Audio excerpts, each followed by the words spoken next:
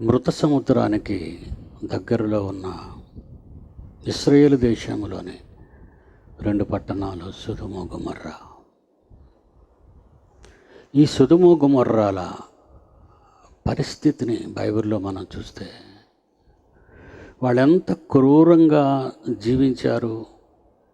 ఈరోజు వ్యవస్థలో ఈ వ్యవస్థలో మనం చూసినప్పుడు ఎంతోమంది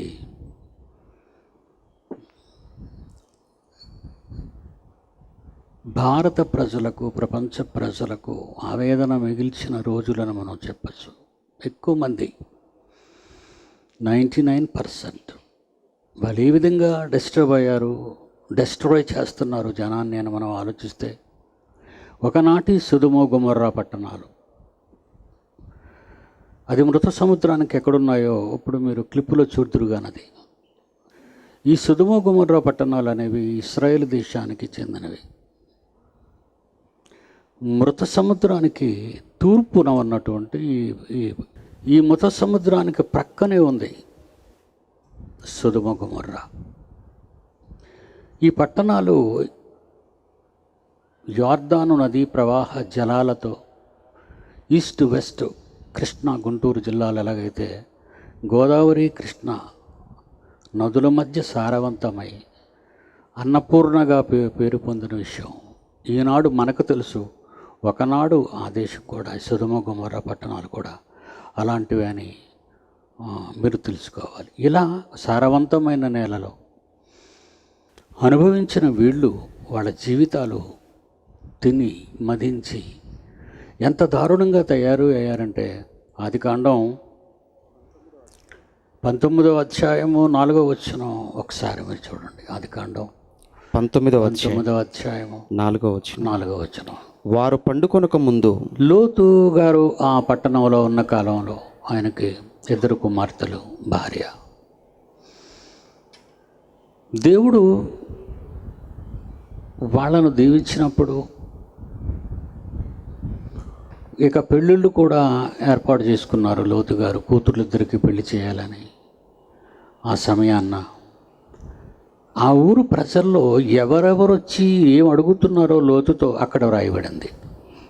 సొదొమ మనుషులు 19వ అధ్యాయం 4వ వచనం. సొదొమ మనుషులు అనగా బాలురు, వృద్ధులు ప్రజలందరూ నలుదిక్కుల నుండి లోతు కాపురం ఉన్న ఇంటికి వచ్చారు. ఎవరున్నారండి? బాలురున్నారు, వృద్ధులు, నాలాంటి ముసలివాళ్ళు ఉన్నారు, ప్రజలందరూ వచ్చారు. వచ్చి వాళ్ళు ఏం అడుగుతున్నారో చూడండి. లోతును పిలిచి ఈ రాత్రి నీ యొద్దకు వచ్చిన మనుషులు ఎక్కడ?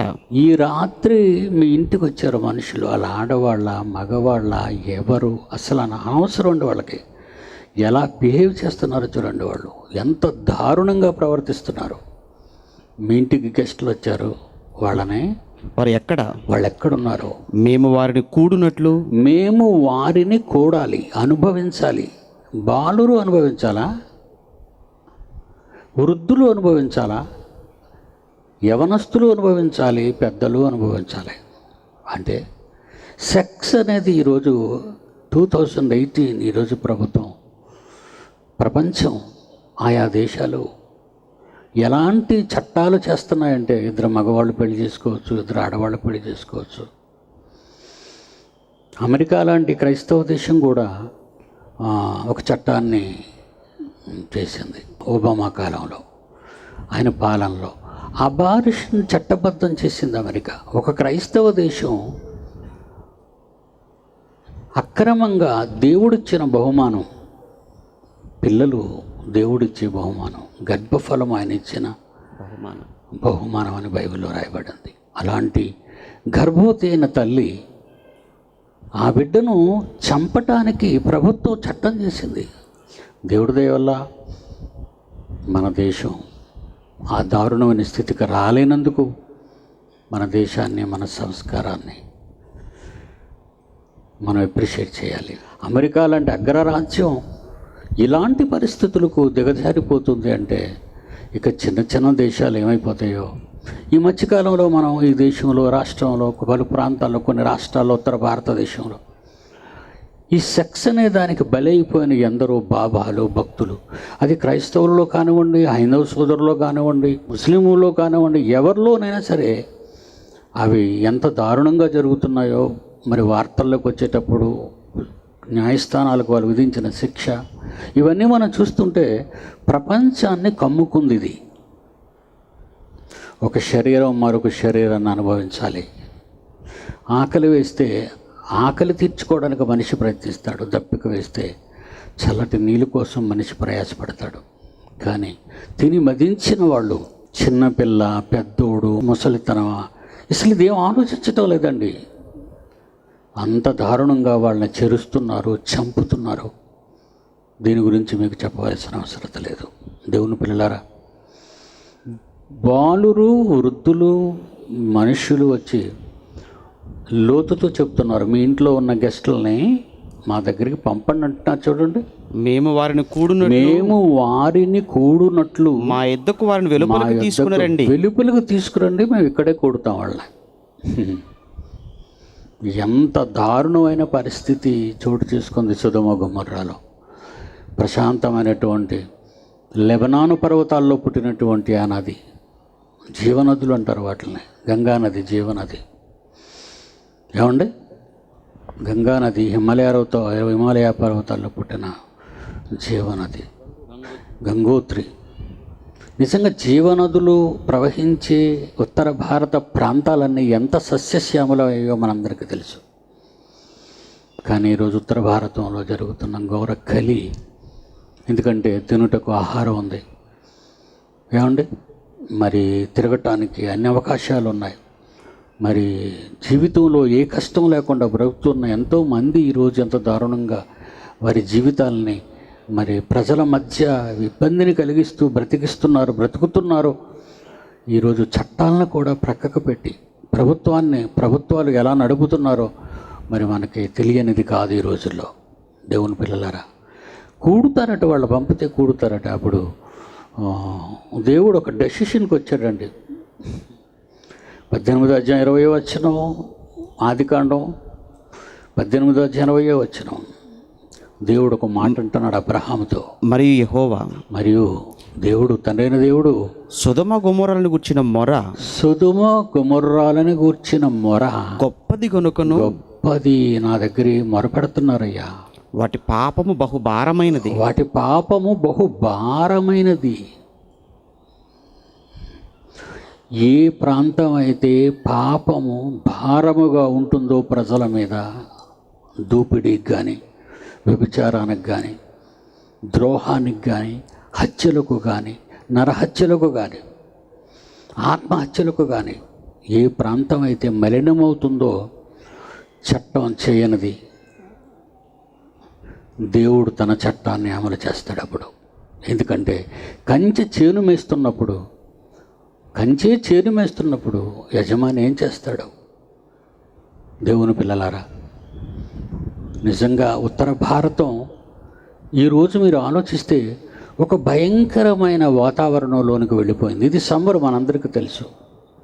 కరెంటు అఫైర్ మీ అందరితో చెప్తున్నాను, ఏదో కథ చెప్పటం లేదు. ఈరోజు ఉత్తర భారతాన్ని చూస్తే వేలాది పిడుగులు, వేలు మెరుపులు, భయంకరమైన తాపం, భయంకరమైన వరదలు,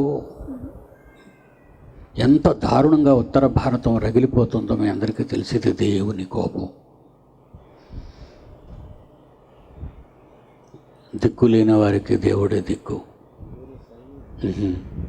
ఎందుకంటే అమాయకులైన ప్రజలు చచ్చిపోతున్నారు, క్రూరంగా చంపబడుతున్నారు.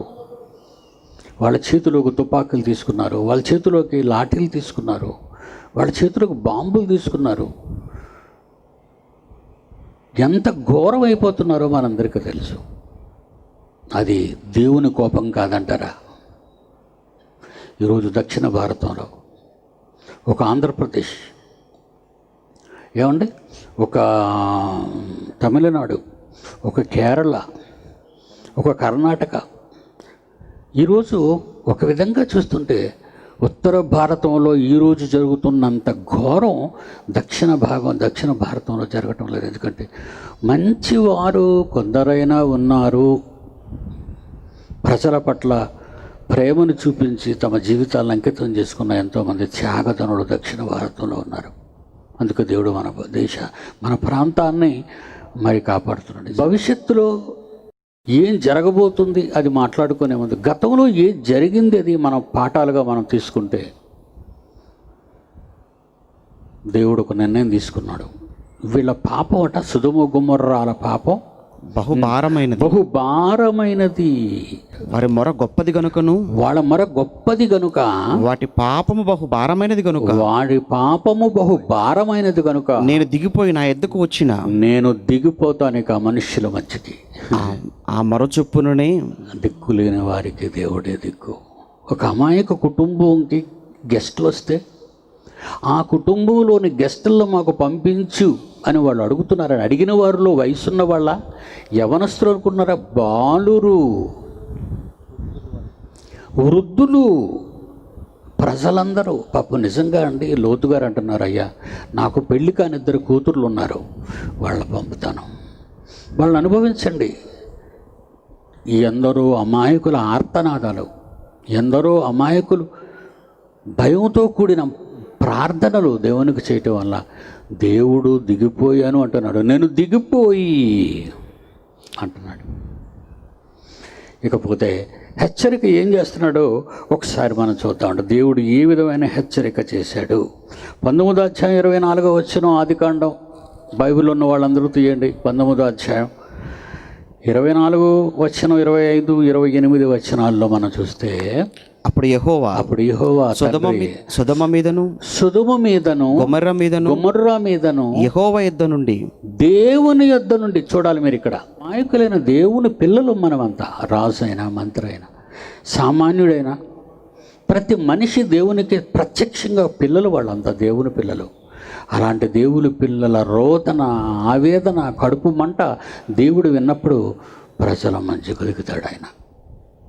దిగిన తర్వాత ఎంత భయంకరమైన పరిస్థితి సొదొమ గొమొర్రా పట్టణాల మీద దేవుని కోపం రగులుకుందో ఈ 19వ అధ్యాయం 25, 24, 25, 28 వచనాలు చూద్దాం మనం. అప్పుడు దేవుడు సొదొమ మీదను గొమొర్రా మీదను దేవుని యొద్ద నుండి గంధకమును అగ్నిని ఆకాశము నుండి కురిపించాడు. ఆ పట్టణములను ఆ మైదానమంతటిని ఆ పట్టణము నివసించు వారందరినీ, ఆ పట్టణాలలో నివసించు వారందరినీ నేల మొలకలను నాశనం చేశారు. నేల మొలకలను కూడా నాశనం చేశారండి.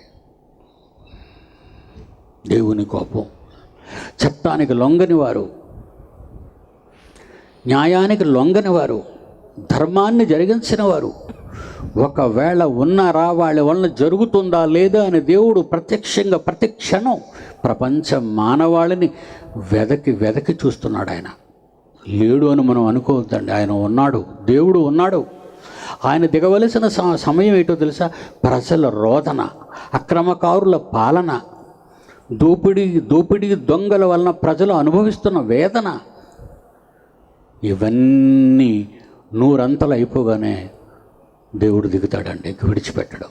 నిజంగా అవి ఆ రోజు సొదొమ గొమొర్రా మీద నుంచి వచ్చినవి భూమిలో నుంచి వచ్చినటువంటి అగ్నిగంధకాలు కావు.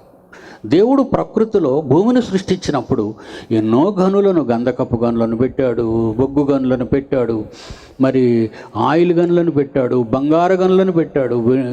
ఈ ఒకటని కాదు, మానవునికి అవసరమైన ప్రతిదీ సుఖపడాలి భూమి మీద ఉన్నంత కాలం అని, భూమిని మీరు నిండించాలని, పంచుకోవాలని దేవుడి నేలను సృష్టించి మనకు అప్పగించాడు. కానీ కొందరు మాత్రమే దాన్ని దోచుకుంటున్నారు. మిగిలిన వారు ఆకలి చావులతో మండిపోతున్నారు, చచ్చిపోతున్నారు.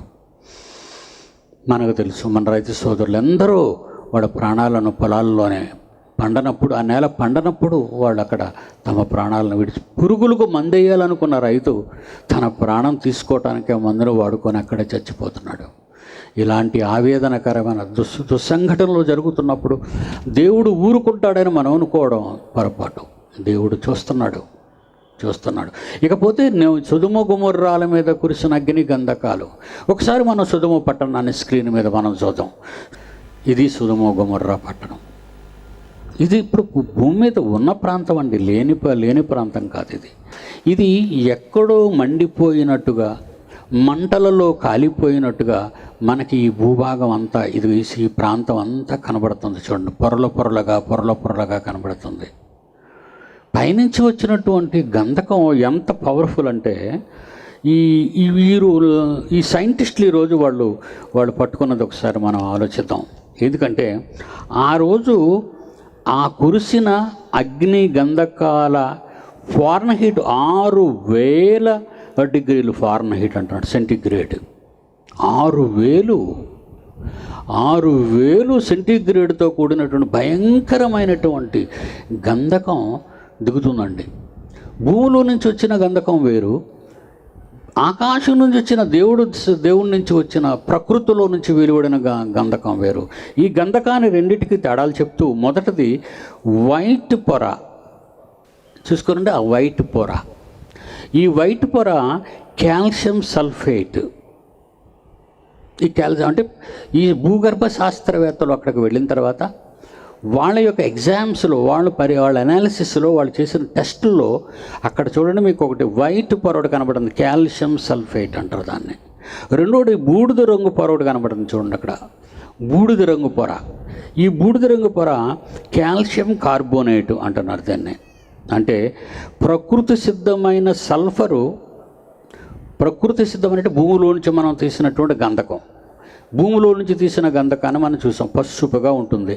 కానీ ఇది ఎలా కనబడుతుంది? ఇది బూడిద రంగులో ఒకటి కనబడుతుంది, వైట్ తెలుపు రంగులో ఒకటి కనబడుతుంది.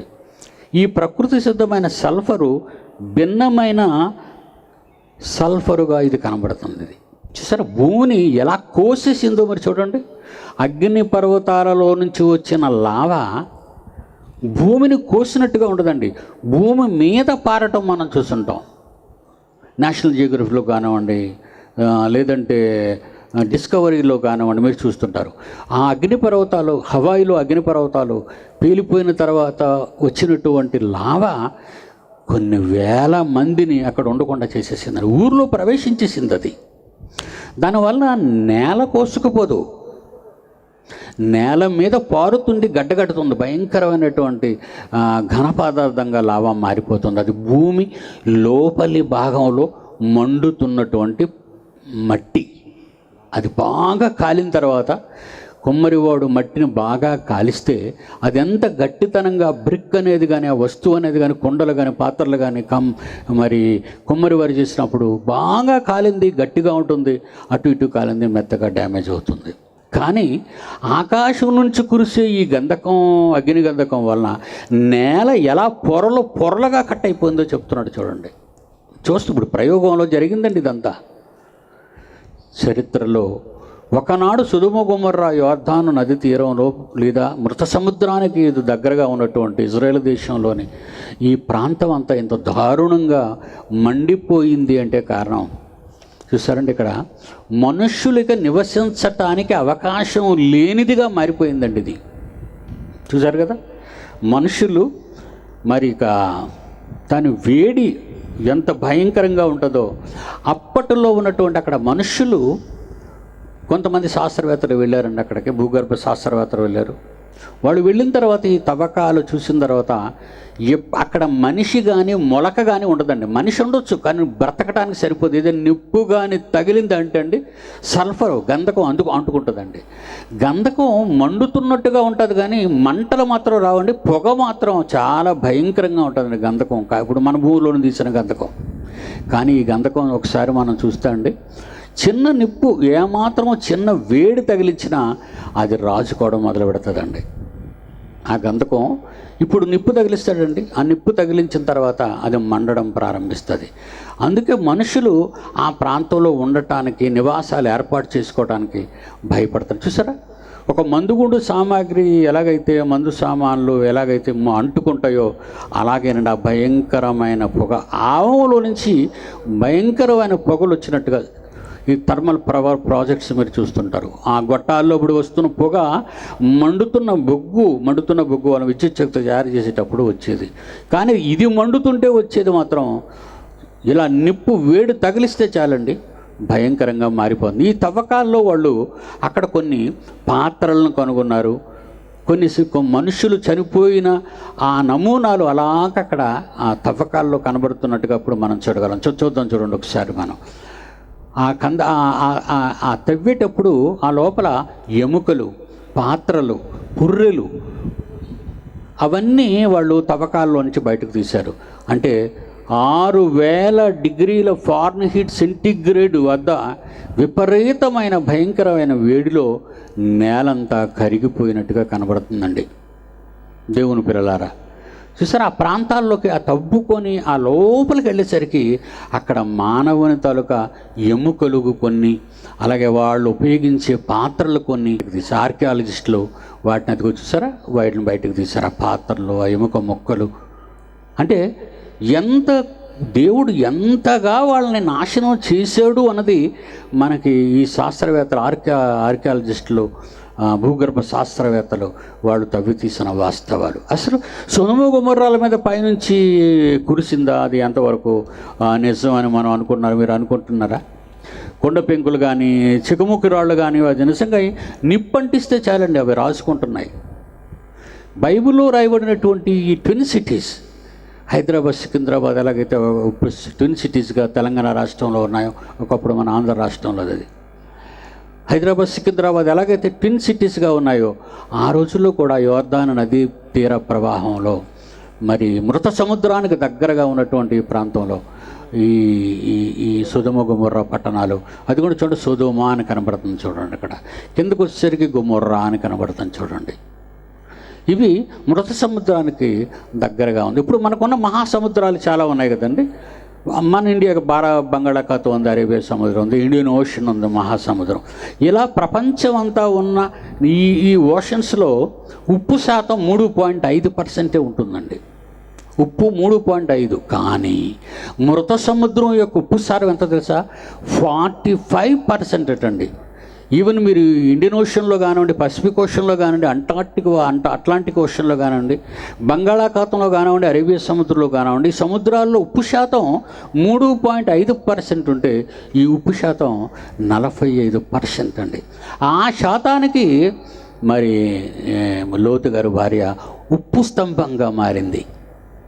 దేవుని పిల్లలరా, నిజంగా ఈ దారుణమైన పరిస్థితి మనం కాదుగా ఆ సొదొమ గొమొర్రా ప్రాంతాల్లో నిజంగా ఆకారాలు మనం చూస్తుంటే ఎంత భయంకరంగా చూడండి, అది ఎంత భయంకరంగా నిలబడింది అంటే పైనుంచి కురిసిన అగ్నిగంధకాల వలన అక్కడున్న కొండలు కరిగిపోయి ఇలాగ శకలాలుగా కిందకి జారిపోయింది. అంటే పేస్టుగా కిందకి జారిపోవడం మనం చూస్తున్నామండి. అంటే ఇది చరిత్రలో జరిగిందంటారా, జరగలేదంటారా? చరిత్రలో జరిగినట్టే మనకి ఈరోజు కనబడుతుంది. సొదొమ గొమొర్రా ప్రాంతాలపై ఎంత పాపం చేశారు అంటే, చంటి పిల్లలకి వ్యభిచారం కావాలి, ముసలి వాళ్ళకి వ్యభిచారం కావాలి, మరి ప్రజలందరికీ వ్యభిచారం కావాలి. ఏమంటే ఎంత దారుణంగా ఉందండి ఈరోజు పరిస్థితులు. ఈరోజు మన భారతదేశం గురించి మనం ఆలోచించామనుకోండి, మొన్న ఒక భయంకరమైనటువంటి కేసు మన దేశాన్ని, ప్రపంచాన్ని కదిలించింది. ఒక 8 ఏళ్ల పాపాయిని ముసలివాడు, యవనస్తులు మొత్తం ఒక 4-5 అమ్మాయిని 4 దినాల పాటు దేవుడును కొలుచుకునే వాళ్ళ మందిరంలో ఆ పిల్లని రేప్ చేసి 4 దినాల పాటు 8 ఏళ్ల పిల్ల ఏం భరించగలదండి అది, చెప్పండి. నిజంగా ప్రపంచ దేశాలు మన దేశాన్ని అసహించుకునేటట్టుగా వీళ్ళు ప్రవర్తించారండి. చూడండి, అమ్మాయి ఎంత చక్కని అమ్మాయి, ఎంత పాల బుగ్గలు చిన్నదండి పాప. మన బిడ్డ అయినా అలాగే ఉంటుంది కదా, మన పిల్లలైనా అలాగే ఉంటారు కదా. 8 ఏళ్ల పాపను అతి దారుణంగా దేవుని ఆలయం అనే దానిలో మరి పూజారిగా ఉన్న ఆయన ఈయన అక్కడ తన వాళ్ళతో మరి ఆ పిల్లని దారుణంగా రేప్ చేసి చంపేశారండి. ప్రపంచ దేశాలన్నీ నిజంగా ఊరు తీయమంటున్నారు, చంపేయమంటున్నారు వాడిని. మన దేశంలో ఇంత కిరాతకం జరుగుతుందా అని దేశాలన్నీ ముక్కు మీద వేలేసుకునేటట్టుగా ఈ దేశం ప్రవర్తించినప్పుడు ఉత్తర భారతానికి ఎందుకింత దౌర్భాగ్య స్థితి వచ్చిందో, దేవుని కోపం సుదుమ గుమర్రా మీద ఎలా రగిలిందో, ఈరోజు ఉత్తర భారతం మీద దేవుని కోపం రగులుతున్నట్టుగా మనం చూస్తున్నాం. ప్రతిరోజు పేపర్లు మీరు చూస్తున్నారు, ప్రతిరోజు టీవీ చూస్తున్నారు. ఎంత భయంకరంగా ఈ పాపానికి దేవుడు శిక్ష ఉత్తర భారతాన్ని శిక్షిస్తున్నాడో మీ అందరికీ తెలుసు. మరొక ఇన్ఫర్మేషన్ చెప్తానండి. హిమాలయ పర్వతాల క్రింద ఉన్న భయంకరమైనటువంటి నిప్పుల కుంపటి లోపలండి. హిమాలయ పర్వతం మీరు అనుకున్నారు పైకి చల్లగా ఉందని మీరు అనుకుంటున్నారేమో. ఈ భూమి చక్కటి పచ్చటి మైదానాలతో, పచ్చటి నేలతో, పచ్చటి అరణ్యాలతో ఉందనుకుంటున్నారు ఆ భూమి. మీరు ఒకసారి భూమి లోపలికి వెళ్దామా? క్రీస్తు పూర్వం 1800 సంవత్సరాల క్రితం బైబిల్లో రాయబడిన ఒక వాస్తవం. యోబు 28వ అధ్యాయం 5వ వచనం చూడండి. యోబు గ్రంథము 28వ అధ్యాయము 5వ వచనాన్ని ఒక్కసారి మీరు చూడండి. భూమి నుండి ఆహారము పుట్టును. భూమి ఉపరితలాన్ని మీరు చూస్తున్నారు, భూమి పైభాగాన్ని మీరు చూస్తున్నారు. భూమి పైభాగం పచ్చగా ఉంటుందని మీరు అనుకుంటున్నారు. 3 వంతులు నీరుతో చల్లగా ఉంటుందని మీరు అనుకున్నారు, మహాసముద్రాలతో. 3 వంతులు మహాసముద్రం అండి భూమి మీద ఉంది. ఉపరితలంలో ఒక భాగం ఆరిన నేల, 750 కోట్ల మంది బ్రతుకుచున్న నేల. కానీ లోపలికి వెళ్ళారనుకోండి, మీరు ఆ లోపలి భాగానికి వెళ్ళారనుకోండి, ఏముంది అదిగో చూడండి. లోపలి భాగంలో ఏముంది? చదువునని బైబిల్లో. దాని లోపలి భాగం అగ్నిమయమైనట్లుండును. మనం ఉన్న ఈ నేల లోపలి భాగం ఎలాగుందో చూసారా? ఎలా మండుతుందో చూడండి. మనమేమో బయట ఎంత హ్యాపీగా ఉన్నామండి, నేల మీద ఎంత హ్యాపీగా ప్రశాంతంగా పండుకుంటున్నాం, మన పనులు చేసుకుంటున్నాం, మన పొలాలు పండించుకుంటున్నాం. అలా మండితేనే కానీ, మీ మోటార్ సైకిల్లో పెట్రోల్ మండితేనే కానీ మీ బండి పరిగెత్తదు.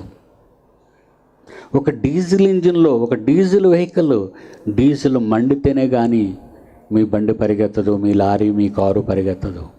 అదేవిధంగా ట్రైన్, కరెంటు, ఎక్కడ బొగ్గు నేషనల్ థర్మల్ పవర్ ప్రాజెక్ట్లో కొన్ని వేల టన్నులు బొగ్గు మండుతుంది అక్కడ. ఆ మండుతున్న బొగ్గులో నుంచి వచ్చే శక్తి, ఎలక్ట్రిసిటీ పవర్, ఆ పవర్ని అతిపెద్ద స్తంభాల దగ్గర 2 చేతులు ఇలాగా 4-5 చేతులు విరుచుకున్నట్టుగా కనబడతాయి. కొండల్లోనూ, పొలాల్లోనూ, మన ప్రాంతాల్లోనూ పెద్ద పెద్ద వాటిని high power tension poles and wires, పెద్ద వైర్ ఉంటుంది అందులో. వాటి నుంచి వచ్చే పవర్తోనే ఎలక్ట్రికల్ ట్రైన్స్ ఈరోజు పరిగెడుతున్నాయి. అంటే ఇవంతా ఎందుకు చెప్పాను అంటే, మండాలి. ఏదైనా తిరగాలంటే మండాలి. మీ పొయ్యి మీద నీళ్లు కదలాలి అంటే నిప్పు కిందని ఉండాలి. మీ శరీరంలో ఒక టెంపరేచర్ ఉంటే కానీ మీరు బ్రతకరు. 98.4 అంత టెంపరేచరు ఫారెన్హీట్ మనలో ఉండాలి. ఉంటే కాళ్ళు చేతులు చల్లబడిపోయాయండి బాబు, చచ్చిపోయాడు అంటాం మనం. ఆ వేడి లేకపోతే చచ్చిపోతారు. రక్తనాళాల్లో రక్తం ప్రవహించాలన్నా, కరువు పదార్థాలు ఎప్పుడూ కొవ్వుగా ఉండాలన్నా, చర్మం అంతా చక్కగా అందంగా కనిపించాలన్నా, నీటి శాతంతో 3 వంతులు శరీరంలో రక్తము నీళ్లు కలిసి ఉన్నప్పుడు మానవ దేహం ఆ వేడి కానీ లేకపోతే మీరు మాట్లాడలేరు, నడవలేరు, ఆరోగ్యంగా ఉండలేరు. ఒక మానవ దేహంలో అంత టెంపరేచర్ ఉన్నప్పుడు భూమిలో ఉన్న టెంపరేచర్ అంతా చెప్పమంటారా? 2300 డిగ్రీలు ఫారెన్హీట్ నుండి, ఏమండి 3300 డిగ్రీలు ఫారెన్హీట్ అండి. చూపించినాను ఒకసారి ఇప్పుడు ఆ బొమ్మ. భూమి లోపలి భాగము అగ్నిమయం. భూమి చూసారా ఎంత చక్కగా ఉందో. బయట మంచి సముద్రాలతో, ఆరిన నేలతో, అరణ్యాలతో కనిపించిన ఈ భూభాగం అంతా కూడా లోపలికి వెళ్ళేసరికి ఏమవుతాయి చూడండి. లోపల అదిగోండి అగ్ని గంధకాలు ఎలా పగులుతున్నాయో, ఎలా కదులుతున్నాయో. అందుకే భూమి తన చుట్టూ తాను తిరుగుతుంది, చంద్రుని తన చుట్టూ తిప్పుకుంటుంది, తన చుట్టూ తాను తిరుగుతూ చంద్రుని తిప్పుకుంటూ సూర్యుని చుట్టూ తిరిగి రావటానికి 365 రోజులు, గంటకు 1,11,600 కిలోమీటర్ల వేగంతో భూమి పరిగెడుతుందంటే మీరు నమ్ముతారా అండి? గంటకి ఎంత వేగంతో వెళ్తుంది అనుకున్నారు? కానీ మీకు ఏమైనా కదిలినట్టుందా? నిజంగా కదిలితే ఇప్పుడు చూసారా మనకు కనిపిస్తున్న ఈ బిల్డింగులన్నీ పేక మేడల్లా కూలిపోతాయి. కానీ భూమి మీద మీకు కదలికలు రాకుండా చేస్తున్నాడు మీ కన్న తండ్రి. కానీ మీరు అన్యాయస్తులైతే, మీరు అక్రమకారులైతే విడిచిపెట్టడండి ఆయన. కనుక యోబు గారు క్రీస్తు పూర్వం 1800 సంవత్సరాల క్రితం, ఇప్పుడు క్రీస్తు శకం 2018 సంవత్సరాలు, ఇది 2018 సంవత్సరాలు, అవి 1800, సుమారు 1800 సంవత్సరాలు క్రీస్తు పూర్వం. మంత్ ఎంత అయిందండి టోటల్?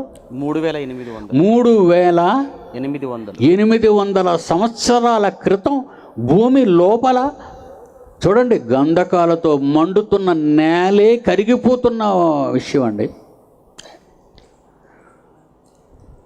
ఒక 1000 అడుగులు లోపలికి వెళ్ళేసరికండి, భూమి లోపల భాగం వెళుతాం కదా, 16 డిగ్రీలు సెల్సియస్ అండి, నీళ్ళు మరుగుతుంటాయి. అలాగా కిందకు వెళ్ళిపోతుంటే తవ్వుకుంటూ చూసంటే ఆ మండుతున్నవి ఎక్కడో రాతి పలకలు పగిలి అక్కడి నుంచి బయటకు వస్తున్నాయండి. భూమి మీద దేవుడు చుట్టూ రాతి పలకల ప్లేట్లు బిగించాడండి. భూమి ఉపరితలం అంతా బిగించాడు. దాని మీద నల్లరేగడ, ఎర్రరేగడ, ఎన్నో సారవంతమైన మట్టితో కప్పాడు. దాని మీద మహాసముద్రాలను కలిగించాడు. ఒక ప్రక్క మానవుడును ఉండడానికి మహారణ్యాలను కలిగించాడు, ఎడారి భూములు కలిగించాడు. లోపల అది అలా మండుతూ సృష్టి పుట్టినప్పటి నుంచి సుమారు 1500 కోట్లు అనుకుంటున్నారు ఈ శాస్త్ర ప్రపంచం. కొన్ని 100 కోట్ల సంవత్సరాల నుంచి ఈ భూమి ఇలాగే తిరుగుతుంది, ఈ ప్రకృతి ఇలాగే ఉందంటే అలా మండుతుందండి. ఇలా ఎక్కువ మండినప్పుడు భూమి మీద మనుష్యుల పాపం పెరుగుతున్నప్పుడు వాళ్ళున్న నేల దగ్గర ఉన్న ఒక్కొక్క ప్లేటు సుమారు 50 కిలోమీటర్ల వేగం ఉంటుందండి. పొడవు ఉంటుందండి, వేగం పొడవు వెడల్పు 50 కిలోమీటర్లు పొడవు వెడల్పులు ఉంటాయండి. ఆ రాతి పలకలు భూమిని చుట్టూ ఎలాగా మనమైతే మీద నేసుకొచ్చినప్పుడు రేకులతోనూ పెంకులతోనూ ఎలాగైతే నేసుకొస్తామో దేవుడు 50 చదరపు మైళ్ళ ప్లేట్లు ఆయన భూమి మీద అలా కప్పుకుంటూ వచ్చాడండి. అది ఉండబట్టే ఆ వేడి లోపల ఉంటుంది. మనుష్యుల పాపం ఎక్కడ పండుతుందో అక్కడ ఆ ప్లేట్ ఇలా విడుతుంది. ఆ లోపల ఉన్న మహాభయంకరమైనటువంటి ధూమంతో కూడినటువంటి ఆ గంధకం బయటపడుతుంది. అలాగొచ్చింది లాస్ట్ వీక్ హవాయిలో జరిగిన భయంకరమైన అగ్నిపర్వతం కూలిపోయిందండి. అగ్నిపర్వతం బయటకు వచ్చేసింది, మనుషులు చంపుతుంది, అది ఇళ్ళల్లో నాశనం చేసేసింది. హిమాలయ పర్వతాల క్రింద రాతి పలకలు సర్దుకుంటున్నాయి. ఉత్తర భారతంలో కాశ్మీరు ఏమండి, ఒక పక్క కాశ్మీరు, అటు పాకిస్తాన్, ఆ దేశంలో కొంత భాగం ఏమండి, ఇటు పైన ఉన్నటువంటివి ఏ ప్రాంతాలండి అయినా నేపాల్ ఏమండి, నేపాల్, అస్సాం, మేఘాలయ, మిజోరాం, ఇలా మన ఇండియాకి రండి. కాశ్మీరు, మరి ఉత్తరప్రదేశ్, ఆ తర్వాత మధ్యప్రదేశ్, మహారాష్ట్ర, ఇవన్నీ మండడానికి సిద్ధంగా ఉన్నాయి. చూసండి, Hawaii lava destroys dozens of homes in Hawaii అన్నది చూడండి. ఎంత దారుణంగా మండుతుందో చూడండి. అక్కడ పచ్చటి మైదానాలు ఉన్నవన్నీ కూడా అగ్నిమయంతో దేవుడు కాల్చేస్తున్నాడు. అక్కడ హవాయిలో జరిగినంత వ్యభిచారం దారుణం అండి. చాలామంది విటులు, మరి మదమెక్కిన వాళ్ళు, డబ్బున్న వాళ్ళు అక్కడికి వెళ్తారండి. అక్కడ వెళ్ళి అక్కడ భయంకరమైన వ్యభిచారంలో లీనమవుతారండి వాళ్ళు. చూడండి, ముందు అక్కడ ప్రారంభమైంది. మొదటి రంధ్రం, రెండో రంధ్రం, మూడో రంధ్రం, 4వ రంధ్రం. చూసారండి, మొట్టమొదట ఇక్కడ ఉంది. ఈ ప్రక్క నుంచి వెళ్ళవలసిన బ్లాక్, అది వెళ్ళవలసింది అరణ్యాల వైపు వచ్చేసింది ఆ లావా. ఎందుకంటే అక్కడున్న మనుష్యులు పాపం చేస్తున్నప్పుడు దేవుడు మండించటం అతనికి అలవాటు. మనిషి చనిపోయిన తర్వాత నిత్యాగ్ని దండనగా పంపిస్తానంటాడు. ఇది ఇక్కడ ఆరిపోయే మంటలు, అక్కడ ఆరని మంటలు ఉంటాయి. అక్కడ అగ్ని ఆరదు, పురుగు చావదు. ఇది మన కళ్ళ ముందు లాస్ట్ వీక్ జరిగినటువంటి భయంకరమైనటువంటిది. మనిషి పాపం పండినప్పుడు, మనిషి చట్టాన్ని తన చేతిలోకి తీసుకున్నప్పుడు, దేవుని పిల్లల్ని చిత్రహింసల పాలు చేసినప్పుడు ఎంతోమంది ఇస్లాం సోదరులను చంపేశారు అక్కడ. ఎంతోమంది క్రైస్తవ దేవాలయాలను పడగొట్టారు అక్కడ. ఎంతోమంది ఆ దేవాలయాల ప్రాపర్టీ, చర్చిల ప్రాపర్టీని కూడా టైర్లు, జీపులు, కారులు తగలబెట్టారండి. దేవుడు ఎవరిని విడిచిపెట్టడండి. మన దేవుడు మనతో ఉన్నాడు. అది అగ్రరాజ్యమా, సామంతరాజ్యమా, పేదరాజ్యం అనుకుంటున్నారా? యెహెజ్కేలు గ్రంథం 14వ అధ్యాయం 13వ వచనం. యెహెజ్కేలు గ్రంథం 14వ అధ్యాయం 13వ వచనం. నరపుత్రుడా, you may be a prime minister, or you may be a president of India, or you may president of America, ఎవరైనా సరే, నువ్వు ఎవరైనా నరపుత్రుడా, ఏ దేశమైతే విశ్వాసఘాతకమై నా దృష్టికి పాపము చేసినదో దానికి నేను విరోధిని. ఒక పక్క వర్షాలు, ఒక పక్క మంటలు, నీళ్ళు నిప్పు గాలి, నీళ్ళు నిప్పు గాలి మట్టి. చూసారా, పంచభూతాలు కన్నెర్ర చేశాయి అంటాడు. పాపం తెలియనివాడు ఎవరో మీడియా వాళ్ళు, న్యూస్ మీడియా వాళ్ళు ప్రకృతి కన్నెర్ర చేసింది అని ఏదో అంటుంటారు. ప్రకృతి కళ్ళెర్రబడలేదు అక్కడ. మనిషిని సృష్టించిన తర్వాత మనిషికి విరోధి అయి మనిషిని వంచి మోసం చేస్తుంటే దేవుని న్యాయపీఠం దద్దరిల్లిపోతుంది ఈరోజు. పరలోకంలో దేవుడు హృదయంలో ఒకనాడు నిప్పు భరించాడు. ఈ మానవ సమాజం కొరకు జలప్రలయంతో చంపేశాడు. ఆ తరువాతి కాలంలో వచ్చిన సొదొమ గొమొర్రాలని ప్రపంచ దేశాలకు ఉదాహరణగా చూపించాడు. ఏ దేశమైతే విశ్వాసఘాతకమై నా దృష్టికి పాపము చేసినదో దానికి నేను విరోధిని. ఈ ప్రపంచంలో అమెరికాతోనూ విరోధం అవుతావా, రష్యాతో విరోధం, అగ్రరాజ్యాలు ఏ దేశంతో విరోధం అవుతావా, ఆ దేశం విరోధం కానివ్వండి. కానీ దేశాలు యుద్ధం చేసుకుంటాయి అంతే. ఏ దేశంతోనైనా విరోధం అవు నువ్వు. కానీ క్రైస్తవులు నమ్మిన జీవమగల దేవునికి విరోధం అయితివా, నీ దేశాన్ని ఏమి చెయ్యాలో అదే చేస్తాడు ఆయన. ప్రపంచ దేశాలారా, దేవునితో యుద్ధానికి సిద్ధపడతారా? ఈ పాట చూడాలి మీరు ఇప్పుడు. Lights off.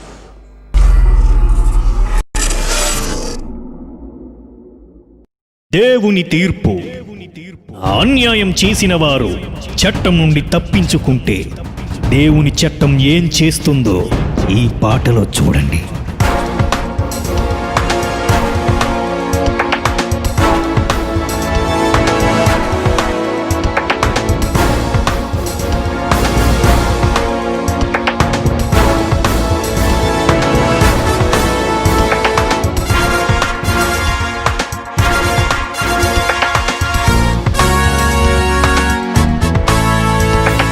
ప్రపంచ దేశాలారా, యుద్ధానికి సిద్ధం కండి. ప్రపంచ దేశాలారా, దేవుని యుద్ధం చూడండి. క్రైస్తవులను హింసిస్తే దేవుని సైన్యం దిగుతుంది. సేవకులను చంపేస్తే శ్మశానమే అవుతుంది. రాజు మంత్రి లేదు ఆ దేవునికి, తనకెవరైనా ఎదురొస్తే శ్మశానానికి. దేవుని ప్రజలను చంపేస్తే పట్టే గతి ఇదే. క్రైస్తవులను తరిమేస్తే పగబట్టేది ఇలాగే.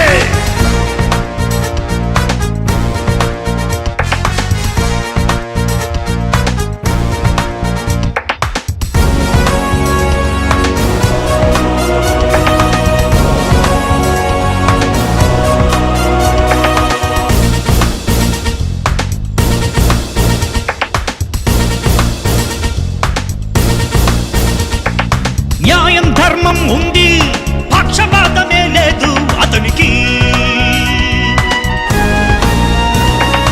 న్యాయం ధర్మం ఉంది, పక్షపాతమే లేదు అతనికి. చూస్తున్నాడు నీ వైపు పైనుండి, పాపం చేస్తున్నా క్షమిస్తున్నాడు పైనుండి. నీ బ్రతుకు మారకుంటే ఉగ్రతను చూపుతాడు. నువ్వు మారవని తెలిస్తే తన సైన్యం పంపుతాడు. ఏ దేశం దేవునికి విరోధమవుతుందో, ఏ ప్రాంతం క్రైస్తవులకు విరోధమవుతుందో తన సైన్యాన్నే దించేస్తాడు, మెరుపులతో గర్జిస్తాడు, ఉరుములతో భయపెడతాడు, జల ప్రళయంతో దిగిపోతాడు. తన కార్యం ముగించినంత వరకు తన కోపం చల్లారదు, తన లెక్క పూర్తయినంత వరకు ఈ ప్రకృతే స్తంభించదు. ఆపలేవు తన కోపాన్ని, అడ్డుకోలేవు జల ప్రళయాన్ని, కాపాడలేవు ఆ దేశాన్ని, నువ్వు పంపలేవు నీ బలగాన్ని. పెల పెల పెల పెల పెల పెల పెలమని ఉరుములు వస్తుంటే సుడిగాలితో దేవుడు దేశాన్ని తుడిచేస్తుంటే గదిలో ఉండి చూస్తావు, నువ్వేం చేస్తావు? ఈ ప్రకృతి నీపైకొచ్చేస్తే ఏమైపోతావు? క్రైస్తవ్యానికి అడ్డురాకు, ఆ దేవునితో నువ్వు పెట్టుకోకు. ప్రపంచ దేశాలారా యుద్ధానికి సిద్ధం కండి, ప్రపంచ దేశాలారా దేవుని యుద్ధం చూడండి.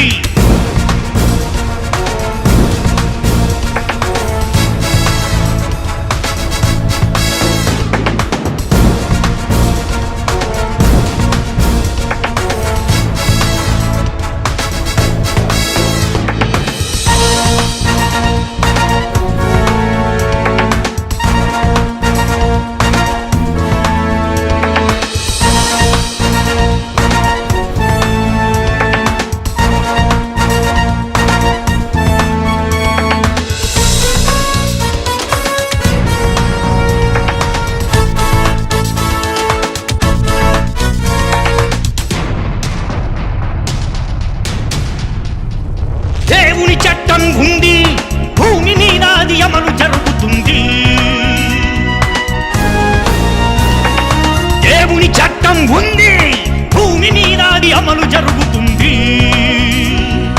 పాపం చేసిన వారిపై గురి పెడుతుంది, అన్యాయం చేసిన వారి పని అది పడుతుంది. వర్షంగా కురవకుండా ప్రళయంగా మారుతుంది, నీ పంట పండకుండా నిన్ను నష్టపరుస్తుంది.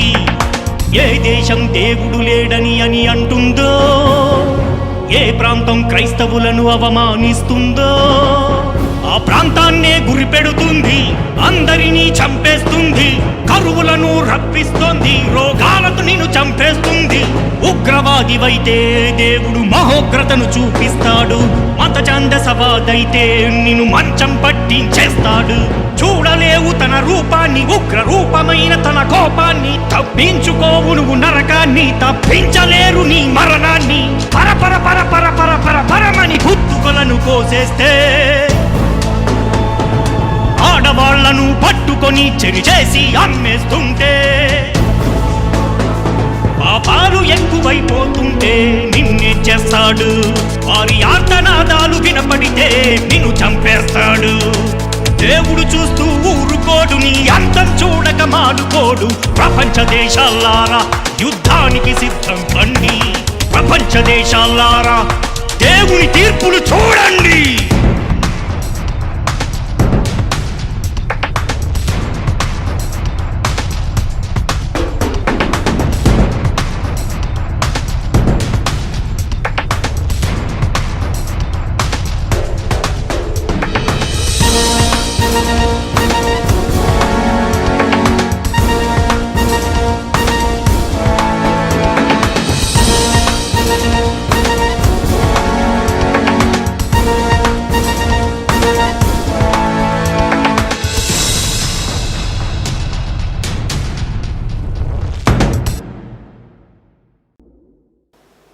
జరుగుతున్న వాస్తవాలు చాలా వరకు ఇందులో క్లిప్స్గా వేశాం.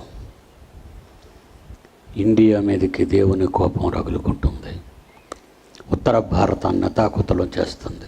ఇప్పటికైనా మత ఛాందస్యవాదులు ఎవరైనా ప్రేమించే క్రైస్తవ్యం, ప్రార్థించే క్రైస్తవ్యం, త్యాగం చేసే క్రైస్తవ్యం, క్రైస్తవుల జోలికి రాకండి, రావద్దు. వచ్చారో మీరు ఉండరు. దేవుని కోపాన్ని అడ్డుకోవడానికే ఈ సంఘాలన్నీ ఉన్నాయి.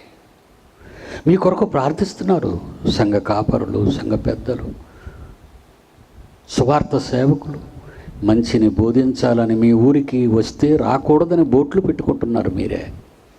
అప్పుడు దేవుడు ఏమన్నాడో తెలుసా?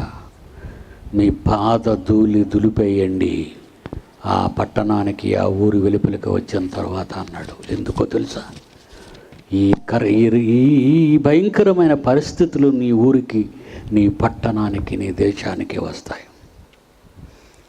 క్రైస్తవ్యం జోలికి రాకూడదు ఎవరు. కథలు కాదు బైబిల్, వాస్తవాలు. గతం సొదొమ గొమొర్రా, నాశనం ప్రత్యక్ష సాక్ష్యం మీకు చూపించాను ఈవేళ. ఇప్పటికీ అక్కడ గడ్డి కూడా మొలవదండి. నమ్ముతారా మీరు? అక్కడ ఎవరు ఉండరండి, కాపురం చేయరు. అక్కడికి ఎవరైనా వెళ్ళి ఏమాత్రమైన చిన్న వేడి చూపిస్తే చాలండి, అది రాసుకుంటుంది మరలా. దాని పవరు చూశారు కదా, 6000 degrees ఫారెన్హీట్. భూమిలో మండుతున్న లావా, దాని భూములు ఇందాక చూశారు కదా, మండుతున్న భూగోళం మధ్యన మండుతున్న మట్టి, దాని ఫారెన్హీట్ ఎంతో చెప్పాను మీకు, 3300 degrees ఫారెన్హీట్. భూమి లోపలి భాగం మండుతున్న వేడి 3300 ఫారెన్హీట్. మరి వాట్ అబౌట్ సొదొమ గొమొర్రా మీద ఆకాశం మీద నుంచి కురిసినటువంటి గంధకం, దాని టెంపరేచర్ ఎంత తెలుసు కదా, 6000 ఫారెన్హీట్ degrees. అలాంటి భయంకరమైన వేడిని దించాడు. లావాకే భయాందోళనతో హవాయిలో ఉన్న ప్రజలంతా వాళ్ళ గృహాలను విడిచిపెట్టి పారిపోయారు. అది భూమిలో నుంచి బయటకు వచ్చిన 3300 మహత్తరమైన భయంకరమైన వేడితో కూడింది. ఇది ఆకాశం నుంచి వచ్చింది 6000 degrees ఫారెన్హీట్. అది భూమి మీద ఎక్కడ దొరకదు. ఆకాశంలో అగ్ని ఉంది తెలుసా మీకు? నీళ్లు ఉన్నాయని నిన్న విన్నారు. అవసరమైన అగ్నిని అక్కడి నుంచే దించుతాడు. ఎందుకంటే ఒక భూమి కంటే ఒక భూమి ఉంది, ఇది ఇక్కడ జీవించటానికి 3300 degrees లోపలి భాగం మండితేనే కానీ పైనున్న పంటలు, పైనున్న వాతావరణం మానవునికి అనుకూలంగా ఉండదు. ప్రకృతిలోకి వెళ్తారా, నక్షత్రాలు మండుతున్నాయి. ఎన్ని నక్షత్రాలు? కోటాను కోట్ల నక్షత్రాలు మండుతున్నాయి.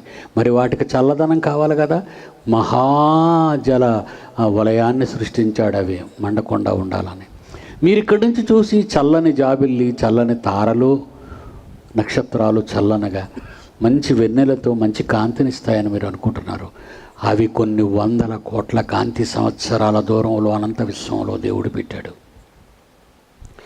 అక్కడ నుంచి కానీ అగ్ని గంధకాలు కురిశాయంటే భూమి మీద ఫారెన్హీట్ 6000 ఫారెన్హీట్ degree తట్టుకోలేనిదే సొదొమ గొమొర్రా భూమి మీద కురిపించినప్పుడు అది ఎలా పాయలైపోయి కరిగిపోయిందో, పాయలు కాలవలుగా మారిపోయింది. రేపొచ్చే యుగాంతం అలాగే ఉంటుంది. ఆకాశములు మహావేండ్రముతో లయమైపోతాయి అంటున్నాడు. ఆకాశములు మహావేండ్రముతో లయమైపోతాయి. అంతరిక్షంలో ఉన్న నక్షత్రాలు రాలిపోవడం ప్రారంభమవుతాయి. మంటలలో విశ్వం మండిపోయి బూడిదైపోతుంది. మనుష్యులు ఎక్కడికి వెళ్తారో అది మన దేవుని గొప్పతనం. వ్రాయించిన గ్రంథము సజీవ సాక్ష్యం.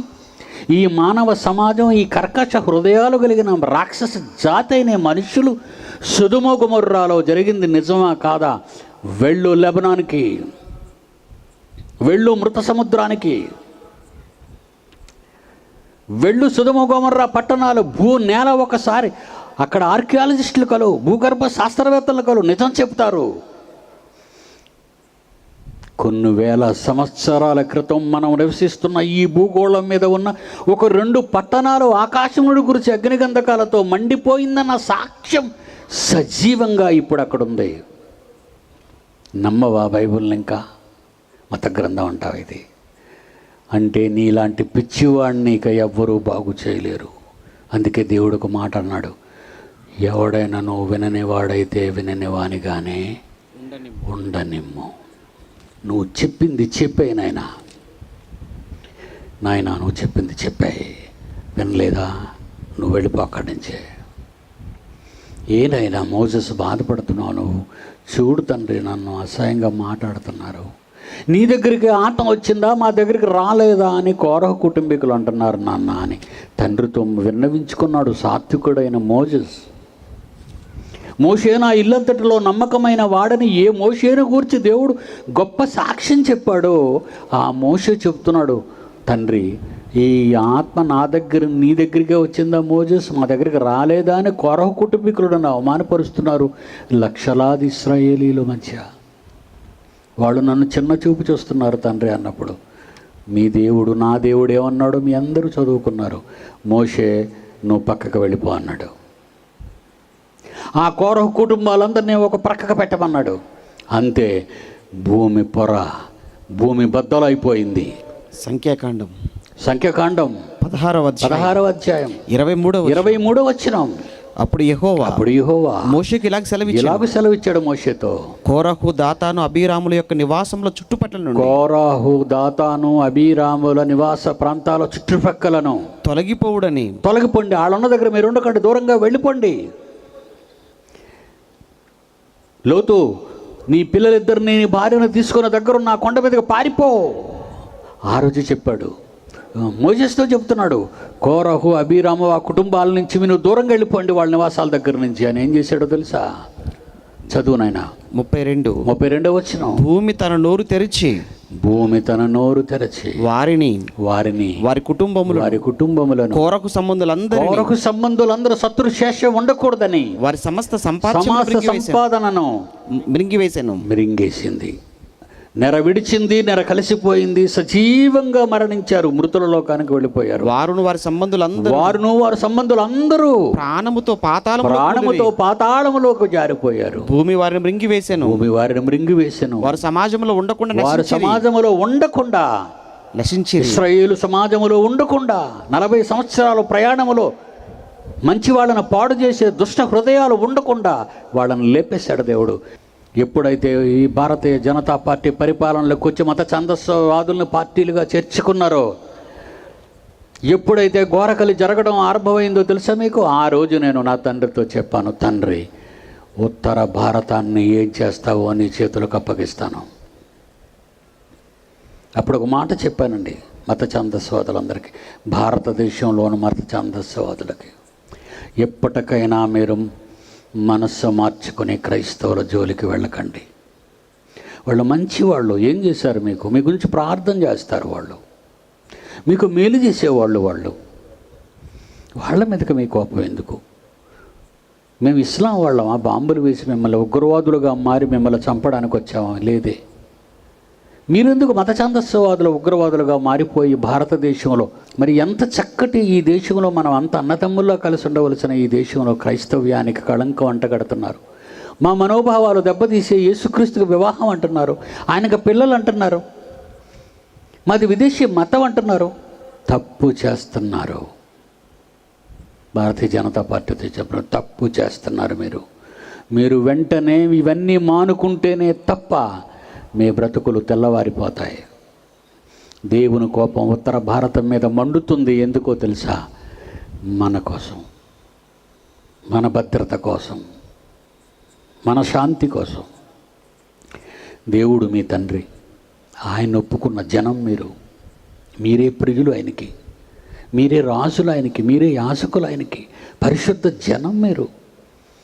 మనమంతా కలిసి ఉందాం ప్రేమతో, ఐకమత్యంతో. మనం శత్రుత్వాన్ని ఎదుర్కోవాలి, ప్రేమతో దాన్ని సాధించాలి. యేసు కత్తి కానీ కర్ర కానీ పట్టలేదు. చంపే ధైర్యం నీకుంటే చచ్చే ధైర్యం మాకుంది క్రైస్తవ్యానికి. అది మా యేసు చూపించాడు. మేము చచ్చిపోతూ అనేక మందిని బ్రతికిస్తాం, వాళ్ళు చచ్చిపోతూ అనేక మందిని చంపేస్తున్నారు. ప్రియమైన క్రైస్తవ సంఘములారా, ప్రియమైన సోదర సోదరీమణులారా, కాపరులారా, మీరంతా ఒక త్రాటి మీదకి రండి. మీ తండ్రిని అడగండి. ఎప్పుడూ మిమ్మల్నే చూస్తుంటాడు ఆయన మనస్సులోని ఆవేదన, ప్రపంచ ప్రజలందరిలో జరుగుతున్న ఘోర కళిని చూసి అతని మనసు గాయపరచబడుతుంటే కనీసం మనల్నే చూసి ఆయన ఒక్క క్షణం సంతోషపెడితే చాలా ఆయన చేసే పని తప్పనిసరిగా చేసి చూపిస్తాడు. Okay, God bless you.